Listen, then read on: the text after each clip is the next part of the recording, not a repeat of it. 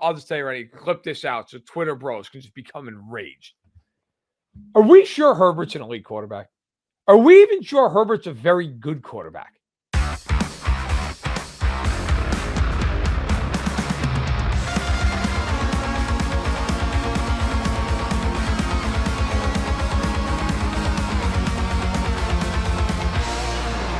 It's that football show here on KC Sports Network. Tucker Franklin hanging out with Matt Verderame for your Wednesday edition. Thank you to our partners, Ben Holiday, Bottled and Bond Bourbon. Without them, there would be no this show. So cheers to Ben Holiday, Bottled and Bond Bourbon. They are the best in Holiday Distillery. We love them. We appreciate them. And we also appreciate you guys for tuning in. But another week in the books as we are nearing a very, very, very dead period in the NFL calendar. We will have a schedule release coming out on the 14th. That I guess we'll have another show, and then we'll do something about schedule predictions probably on the 14th, as we'll have a show coming out that morning. Yep. So we'll have two shows before the schedule gets announced. So in the meantime, Matt, how are you doing? Yeah, I'm not gonna lie to you. I'm feeling pretty good. Enjoyed the weekend, and my side is acting up to a point that I may not get out of this chair. This might be it. This might be the end right here. I am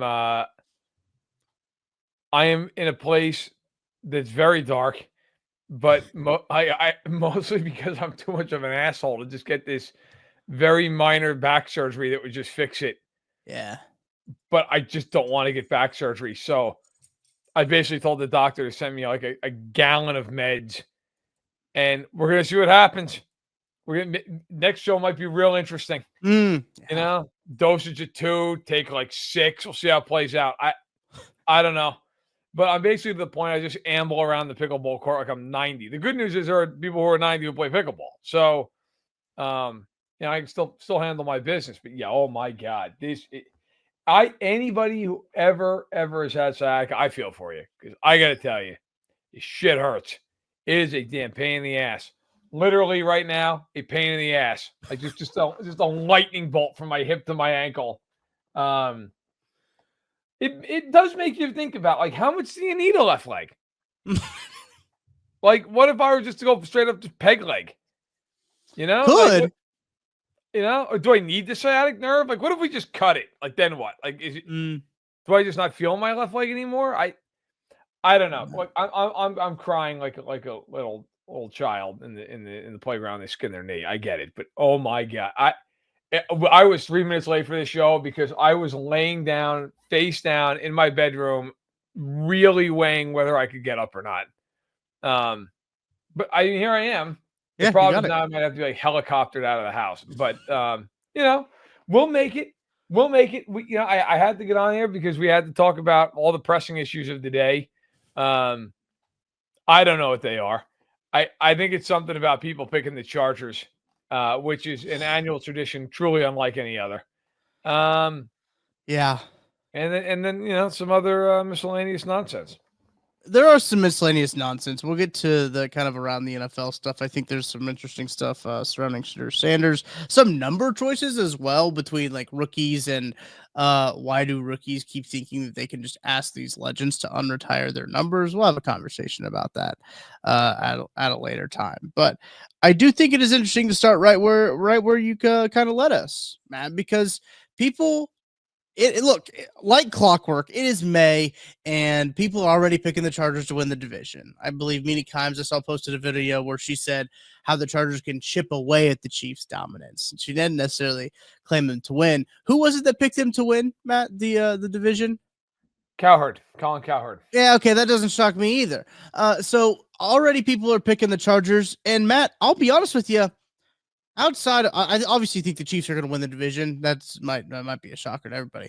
I think the Chiefs still have the division pretty well on lock, but I think they're talking about the wrong team to be contending for the Chiefs to win the division. So you're thinking Denver? I am thinking Denver. I am. Okay. Listen, I think Denver's better than the Chargers. Mm-hmm. I do. I also don't think either one of those teams is competing for the Chiefs 100%. Title in the AFC West unless Mahomes is not healthy. Right. Like, if he's healthy, they're winning 13 games. And I just look. Let's just focus on the Chargers for a minute. Let's do it. We do this every year, and I mean every single year with this team. We did this when Mike McCoy was the head coach. We did it when Anthony Lynn was the head coach. We did it when Brendan Staley was the head coach, or at least was supposed to be the head coach. I don't know what he was doing. And now we're doing it with Harbaugh, who is an actual head coach. Granted, I will give you that, but it's true. I guess here's my counter to it. If you were to look at every position group on both teams, where are the Chargers better than the Chiefs? My answer to that would be running back, assuming Hampton's good,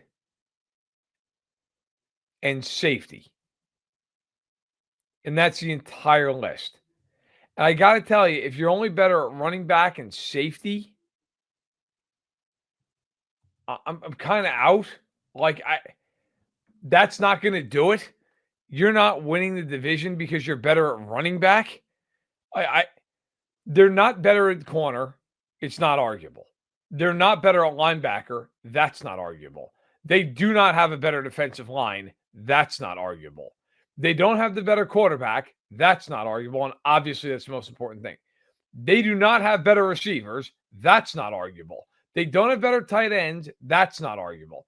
The offensive line, they have better tackles. The Chiefs have a better interior. So how do you want to weigh that? You want to call it a push, a draw, whatever? Fine. And the Chiefs have a better coach. The Chiefs are across the board better than the Chargers. I just don't know what the argument is that the Chargers are going to go into this season and all of a sudden win what is probably going to have to at least be 12, 13 games. Right. Good luck. I think that's a good way to look at it, too. When you look at both of these rosters and how they're composed, I feel pretty darn good about the Chiefs roster and how they kind of address the draft. Matt, I feel like we've talked about this ever since the draft happened. We've talked about how the Chiefs really did in this draft fill a lot of, I'll call them tertiary needs and tertiary depth pieces with a lot of the stuff that they did to kind of strengthen and bolster up that roster, where you feel a little bit better as a whole for the roster. I mean, there's still some pretty big gaps in this Chargers roster when you start to look at it. Wide receiver being, one of them. Yeah, they brought in Mike Williams. Cool. He's a whole lot older than when you had him before, and you only have Ladd McConkey. That is your only one. Trey Harris they drafted, but other than that, you're the wide receivers for a team that is going to mainly run the ball. Let's be honest about how this team is going to be built, which I think is really interesting when you have Justin Herbert and $55 million a year. Right. And Harbaugh's just let's just run the football all the time. Give it to Najee Harris 35 times a game. That's kind of wild to me. Again, you did mention Harbaugh at least is a head coach, but I think that's the wrong strategy to have when Justin Herbert's your quarterback. Yeah, well, look, there's a side conversation we had here. Was he a really good coach in the NFL 10 years ago? That's a great point. Yeah. Greg Roman. I don't know that I want Greg Roman as my offensive coordinator in 2025. I just don't. I don't want to run the ball 9,000 times. I guess I just don't understand what the argument is for the Chargers. If the Chiefs had taken Week 18 seriously last year, look, maybe Denver wins the game. I'm not going to say they couldn't have won it, but there's a reasonable argument to be made here that the Chiefs are 16-1. That is a 5-game gap between them and the Chargers. Okay, now yes, the Chiefs had a weird year where they won games, pulling them out of their ass, and that's true. Okay, let's even say there's a 2 to 3 game gap. Say it's a 3-game gap. That's the equivalent of a team going 11-6 and the other team going 8-9. That's big. It's a big gap. And also, the Chargers last year played a last place schedule. Now they're playing the second place schedule. They never beat the Chiefs, ever. If you go back and look at Herbert's career against the Chiefs, he has never beaten them in LA, ironically enough. He's never won a home game against the Chiefs.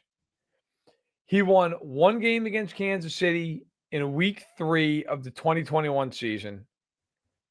And he won a game in Week 17 against Chad Henne. And I will double check. I am pretty sure those are the only games he has ever beaten the Chiefs in.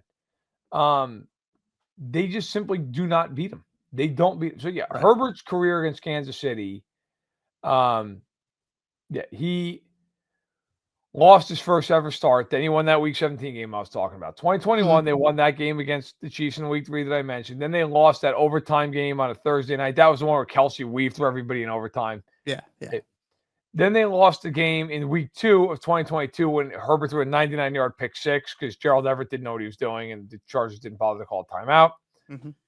Chiefs beat them 30-27 in LA on Sunday Night Football that year. And then 2023, the Chargers, they got pounded by the Chiefs 31-17 in the only game that Herbert played in that game in that year against them because Easton Stick got the other start.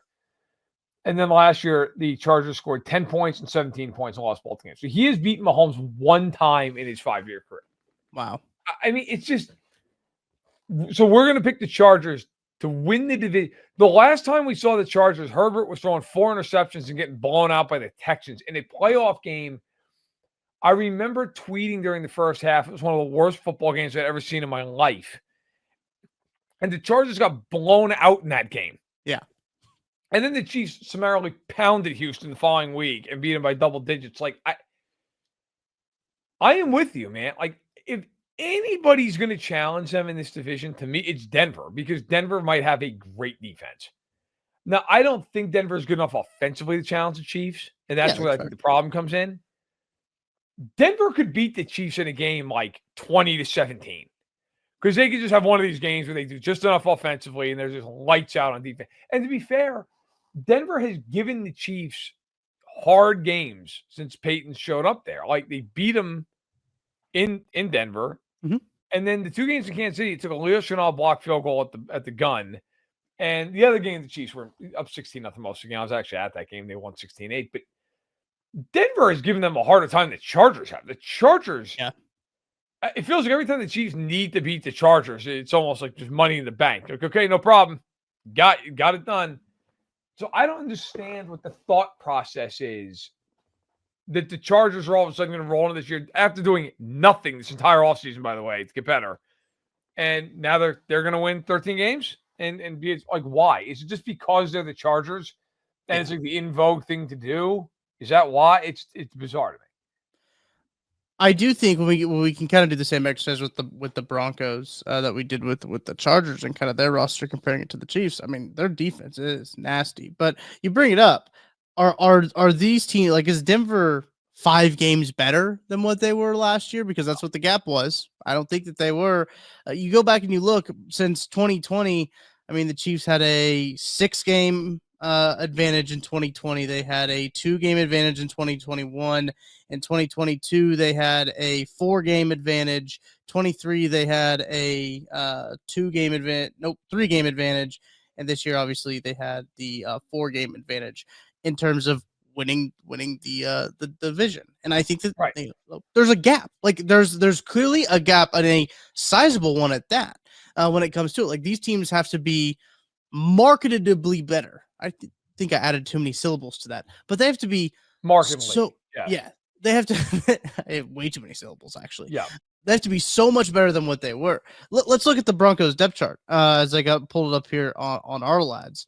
I want to start on the defensive side of the ball because that's the one I think you look at this defense. You're looking at Zach Allen, Savion Jones, a rookie this year, DJ Jones, John Franklin Myers, Jordan Jackson, Malcolm Roach, and then linebackers, Jonathan Cooper, Dre Greenlaw, Alex Singleton. They got Nick Bonino as well, Pat Surtain. I mean, like, Talanoa Hufanga is a phenomenal signing. Jahdae Barron is a great draft pick as well. Riley Moss, like, their defense is legit scary good. That is legitimately a team that could be the best defense in football. Yeah. Okay, 100%. They led the league in sacks last year and had Dre Greenlaw at the second level and Talanoa Hufanga, and then also drafted Barron to be the slot corner in the first round. Okay. Yeah. That team could legitimately be the best defensive team in football. Now, again, I think the big question with Denver is a question, to be fair, the Chargers don't have. Like, Herbert by and large, is going to play well and put up numbers. Nick's actually put up bigger numbers than Herbert last year, but I feel like it's fair. Like I watched every game Nick's played last year, whether it was live or on replay. Bo Nix played a lot better the second half of the year than he played in the first half. That being said, even in the second half of the year, it wasn't like you watched Bo Nix and went, man, he's just lighting it up. Now, to be fair, part of that is he's got Cortland Sutton and me at receiver, okay? But he still has Cortland Sutton and me at receiver. I like Devon Vele. I actually think he's talented. But, like, is he enough? I don't know. Like, Evan Ingram's fine. He got cut for a reason. Like, he's fine. He's not terrible, but he's fine.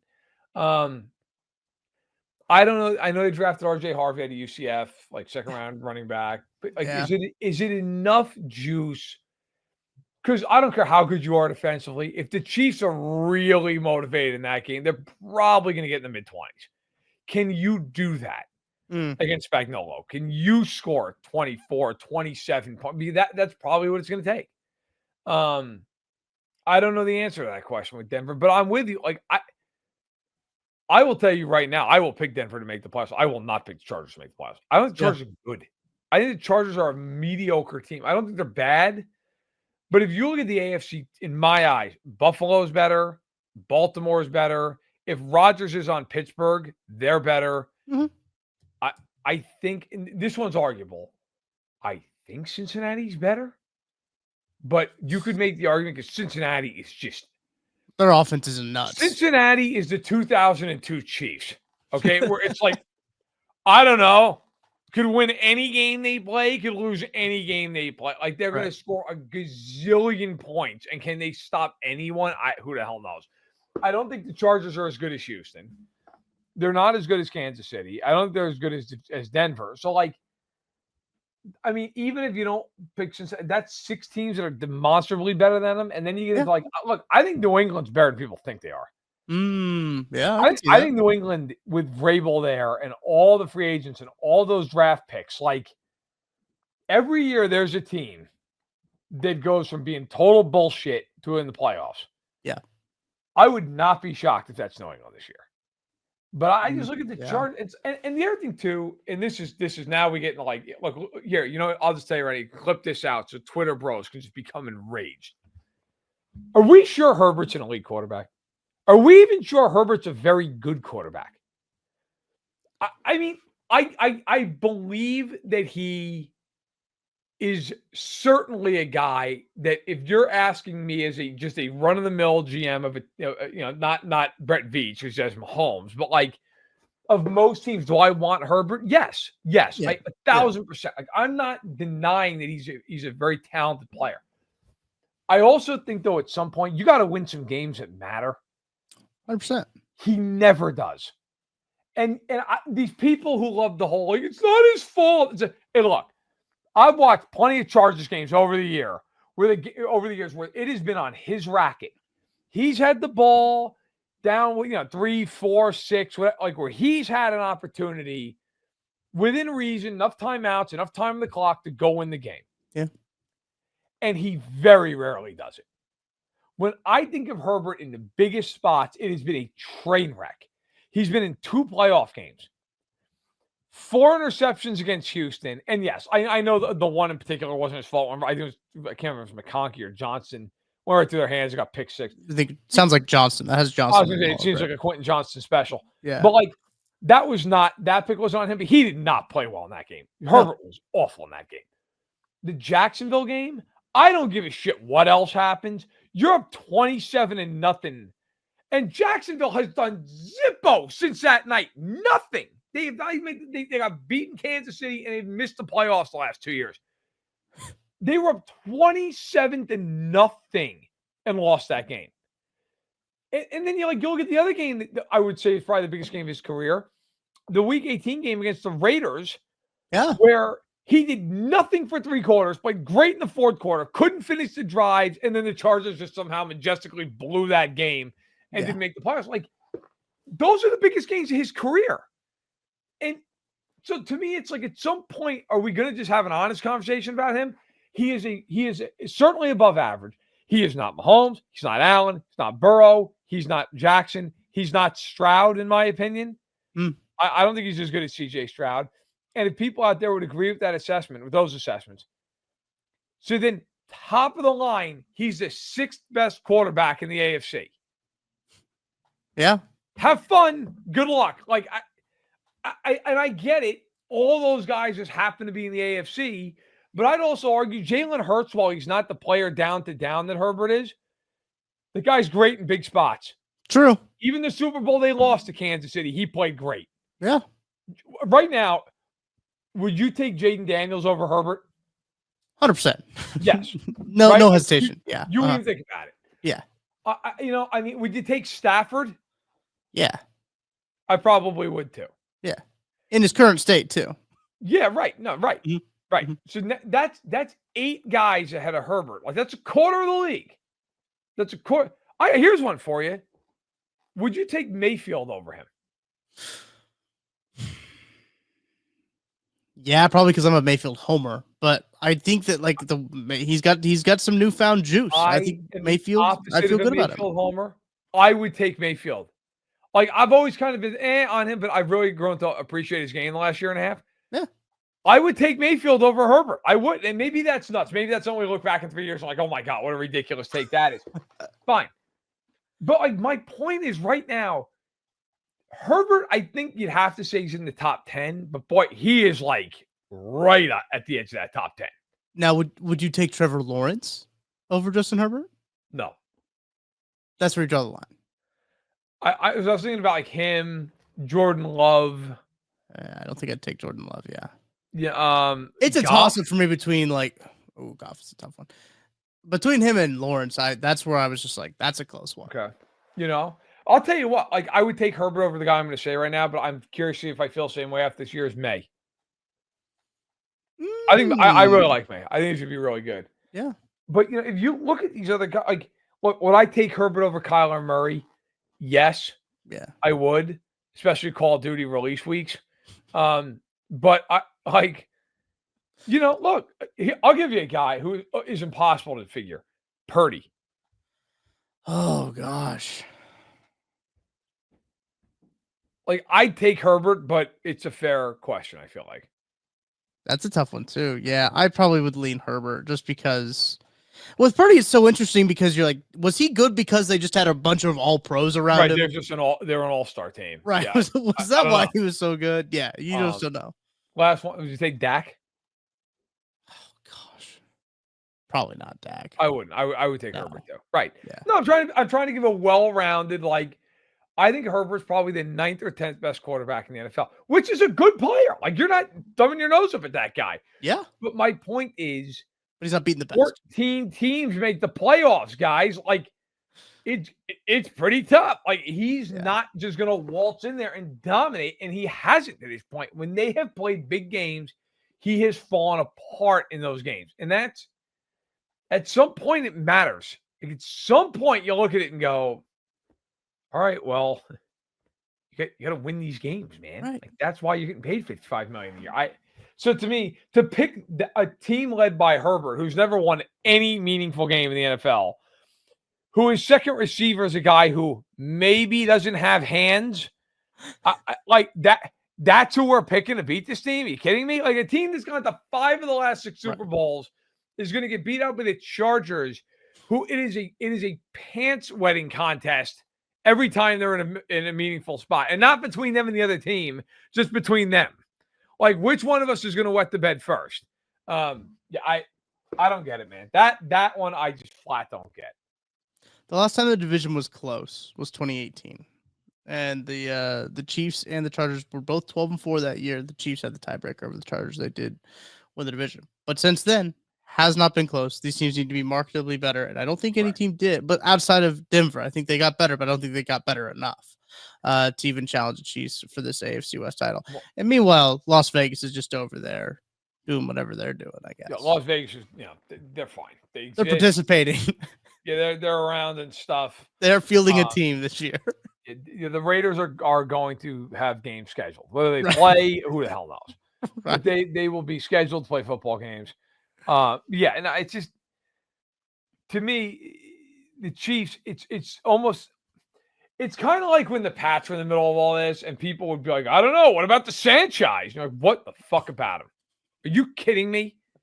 Like, what are we doing here? Right. I will never forget. I worked, God, I have it probably around it. Yeah, right there. Okay. I have an ESPN. I worked 6 games for ESPN when I was in college. And just as like a gopher. But I got to be on the field during the games on the sidelines. And the Pats and Jets, what year is it? 2010, played a game that both teams are like 9-1 or something like that. Huge Monday night game. Jets talked all this noise going into the game. Pats beat them 45-3. And dude, I remember, and then they were just wailing on the Jets. It was in a miserable, cold rain. And my God, did they just beat the piss out of the Jets? I mean, if they could have scored 70, they would have done it. Yeah. They were in one of those modes. It was like, okay, we're going to show you how much better we are than you. And ironically, they ended up losing to the Jets in the divisional round later that year. But that game was on December 6th. It was week 12. And the Jets, and they were both 9-2 coming in. And New England won 45-3. They just beat the hell out of me. The Sanchez in that game, 17-33 with 3 picks. Wasn't great. Meanwhile, Brady, 21-29, 326 yards, 4 touchdowns. just an annihilation. What? I know we're way off the beaten path, but trivia question for everybody out there. Brady threw 4 touchdown passes that night. 2010 New England Patriots. Can you name the receivers who caught a touchdown pass? Oh gosh, 2010. 2 of them are easy. One of them's like possible. One of them, I give you. Is Gronk one of them? No. Is this pre-Gronk? No, Gronk was on the team. Is one of them Aaron Hernandez then? Yep. Okay.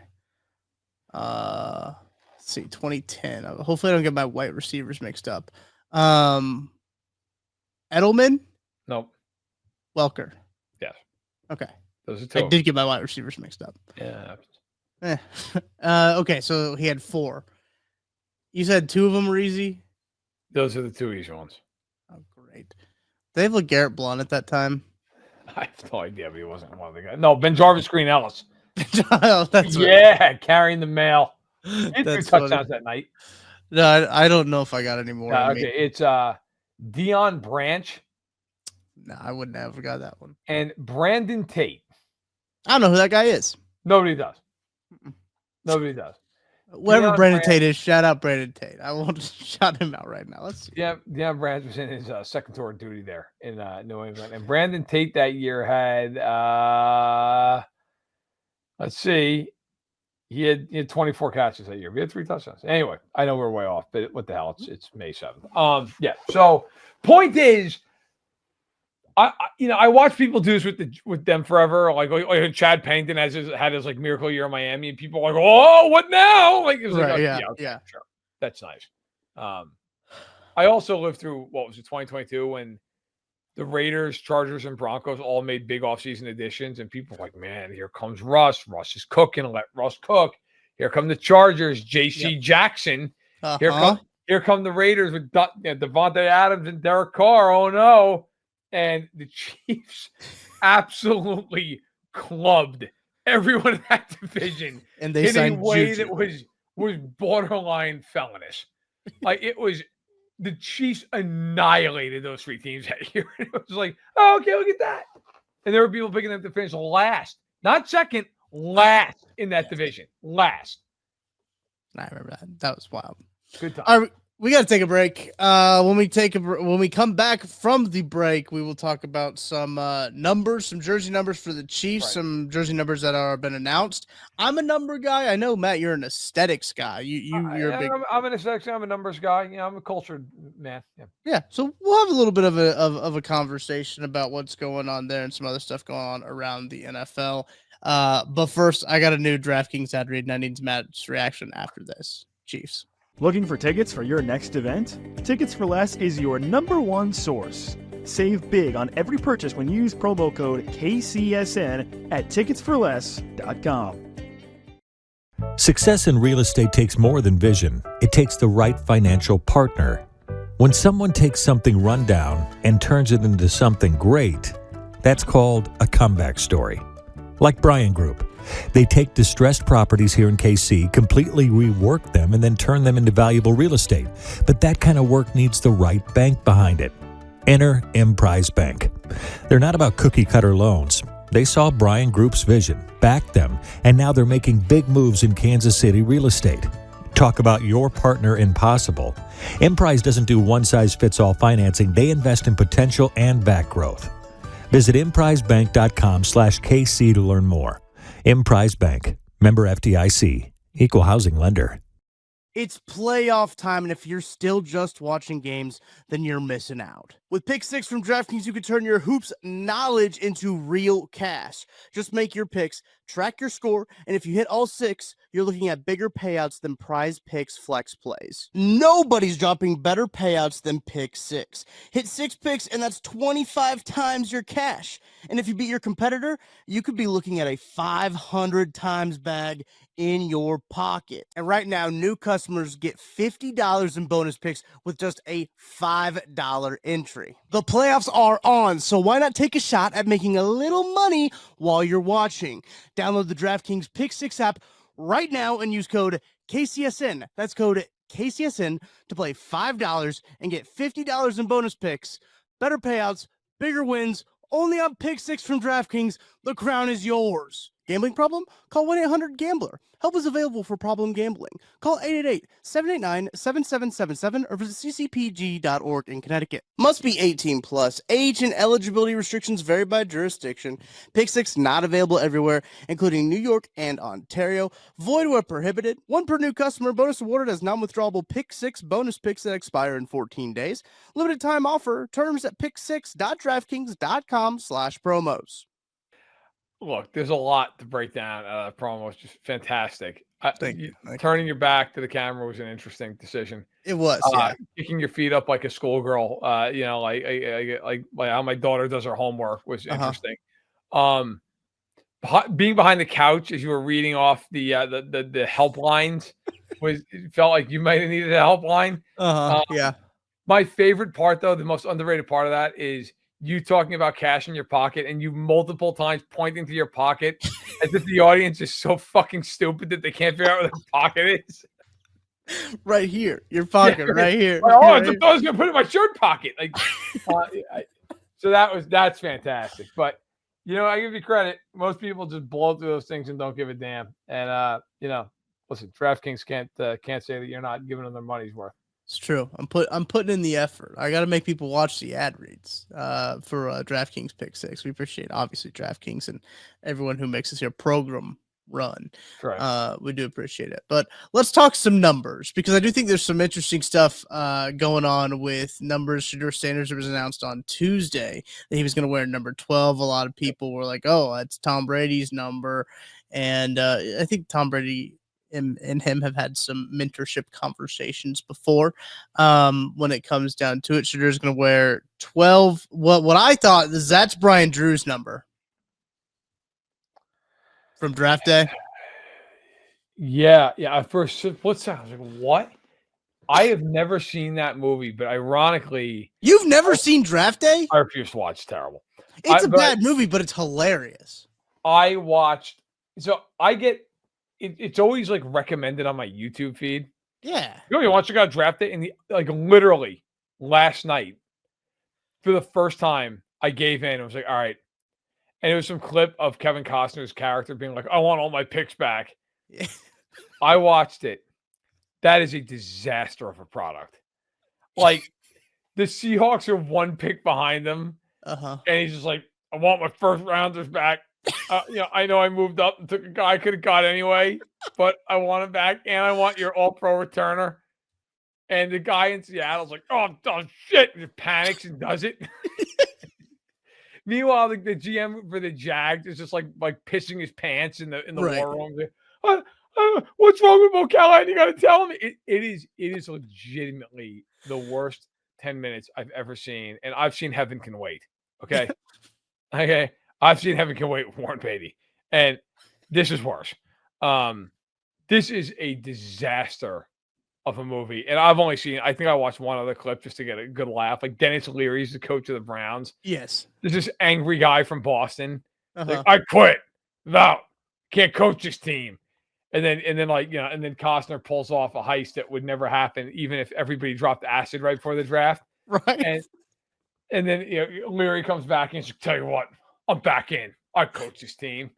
It's like, okay, and I'm gonna go drink an entire bottle of Clorox. Uh-huh. That is a disaster. What is it? Look, we'll get to the numbers thing. What is your favorite football movie?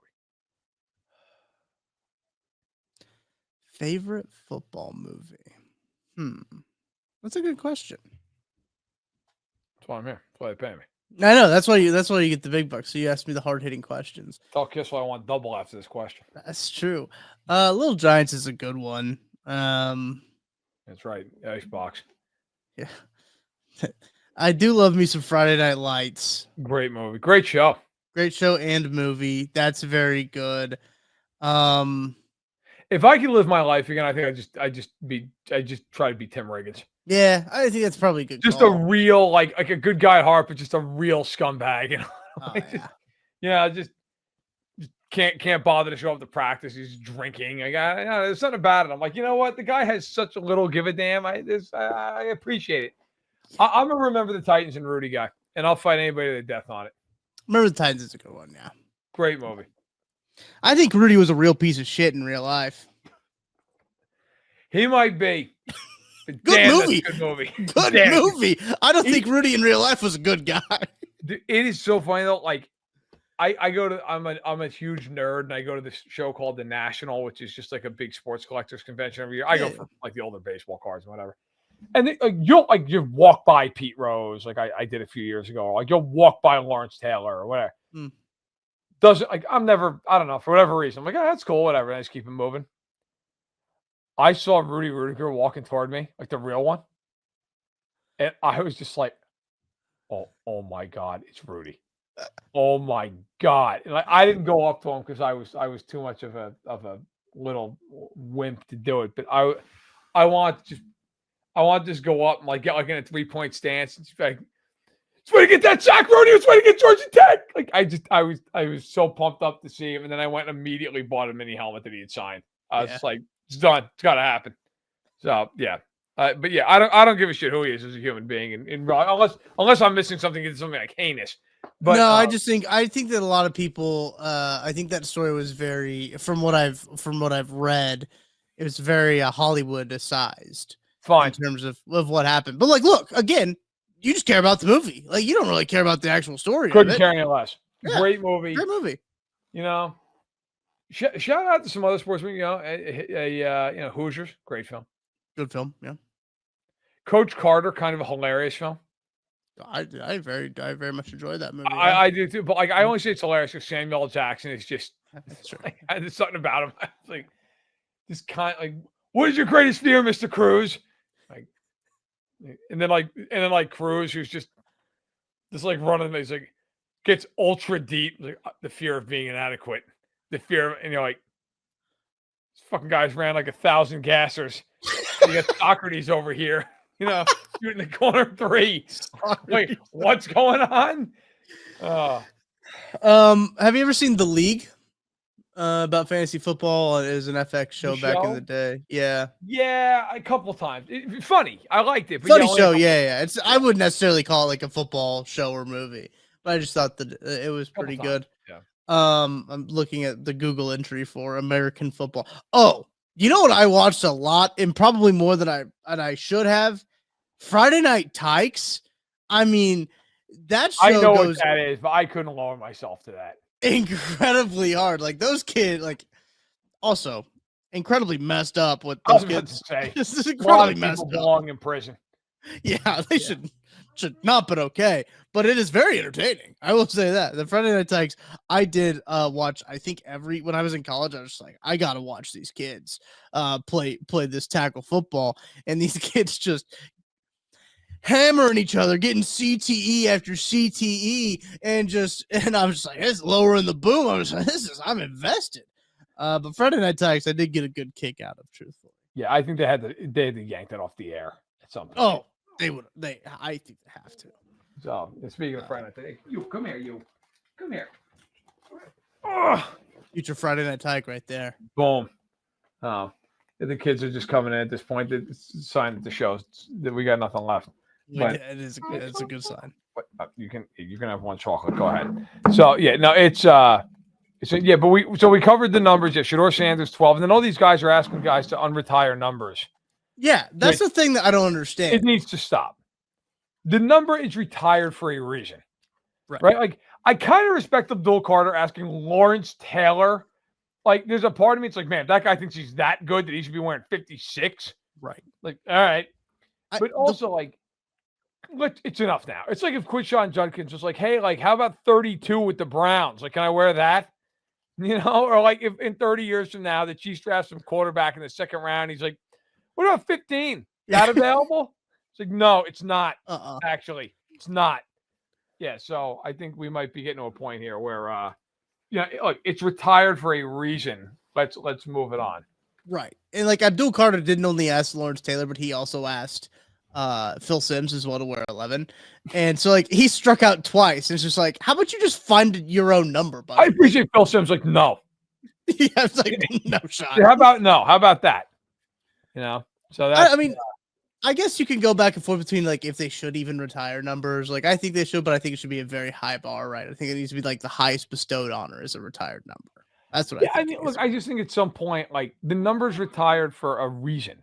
It's retired, like, it's like if in 5 years from now, if Travis Kelce, well, obviously a number will be retired, and some, hey, can I wear 87? Well, no, well, Brad Cotton wore it. Okay, well, yeah, yes, before Travis Kelce wore it, like. Right. I think, we're eventually going to get to a point where like some team has so many numbers retired, it's a problem. Yeah. But, that's your problem. Have higher standards. That's what I'm saying. Then the Chiefs brought up that rule, remember, where they changed the number requirements for different teams in terms of, or for different positions, I should say. And Tom Brady got upset because he didn't know how he was going to tell which one a safety and which one a corner was. Do you remember that whole thing that came out? How do I not know? Like if Jalen Ramsey's wearing 5, is he a quarterback? Like, right. This is like, he's still the same guy, just different number. Like, just don't throw it at that color. You're in good shape. That was the most ridiculous thing that came out of that. But like, I remember because the Chiefs do have a lot of retired numbers. Truthfully, you go up and like you're looking, you're like, wow, I don't know a lot of these guys that are retired. Truthfully, just because they're like, they played before I was born, so like you don't know a bunch of them. But like, it's really interesting to see how teams traverse this. And like the Royals, on the other hand, have 3 retired numbers. That's it. The Royals have 3 retired numbers. The Chiefs have a lot. Frank White and who's the other? Willie Wilson. Frank White. No, Dick Hauser. Who? Dick Hauser. Dick Hauser. Okay. Mm-hmm. Yeah, manager. Dick Allen. I'm like, I don't think he played for that. 10, it's 5, 10, and 20 are their 3 retired numbers. The most hilarious retired number in the league is the Seahawks retiring 12 for the fans. That's so stupid. Stop answering. It's so embarrassing. Stop. I'm pretty sure, didn't the Heat retire Wayne Gretzky's uniform? They shouldn't have. Yeah, that's right. Okay. I'm not looking up real quick before we get no, absolutely. Because that is wild if they retired Wayne Gretzky's number. Like the whole NHL did, and I think the Heat were just like, us too. Like we stand in solidarity. I read that somewhere. Oh God. Okay, no, it was not. I must have had like a fever dream. That would be hilarious if they did. Though they did retire Michael Jordan's number. Yeah, that's weird. That I had to be on thinking of, but I just made it more funny in my head. Yeah, a lot more funny. That would be hilarious. It'd be like if an NFL team was just like, we're retiring 42 for Jackie Robinson. Nobody can wear 42. We're with Jackie all the way. Right. Yeah, God Almighty. Sports are great. They are. But I think that these kids, also the audacity for Abdul Carter and just like all these rookies, to be asking for retired numbers is wild. I don't understand where they're coming from with all of these. I think Gray Zabel asked for a retired number as well, and he got it. And some like Warren Moon gave. Ken Ward. Cam Ward is one. It's just like, I don't know how I feel about that. Like Warren Moon, pretty legendary guy in terms of that franchise's history. I heard his reasoning of like, well, I was an Oilers number one and he'll never wear the Oilers number one. And I was like, all right, that's a great spin zone, Warren, that you got to tell yourself there. But like, maybe tighten the reins up on those retired numbers. That's all I'm saying. Let's tighten it up. Yeah, I want a retired player to just come out and just with like a major vulgarity, just really lay into everybody. But you all can go after yourselves. Yeah. Never talk to me about this again. Yeah, I want that. Yeah. I'm sure we'll get it here soon because I don't think that we're anywhere close to having players stop asking for retired numbers. No, that's just how it is. But I think that's going to do it for this week's edition. Not this week's, but this Wednesday edition of That Football Show. We'll be back on Friday. We'll release it on Friday again. I released it early last week. You know what? Let's do it again. Who cares? We'll power rank. We'll talk about some other stuff going on around in the NFL. I do think there's some funny stuff going on. I saw Ted Cruz was talking about streaming with NFL and in college football. He's fed up with it. So there's a bunch of stories that we can talk about there as well. So, for Matt Verderame, I'm Tucker Franklin. We will talk to you guys on Friday for That Football Show. Thank you to our partners, Ben Holiday, Bottled & Bond, Bourbon, and Holiday Distillery. Without them, this wouldn't be possible. So thank you. Thank them. Support them because they support us. We will talk to you guys on Friday.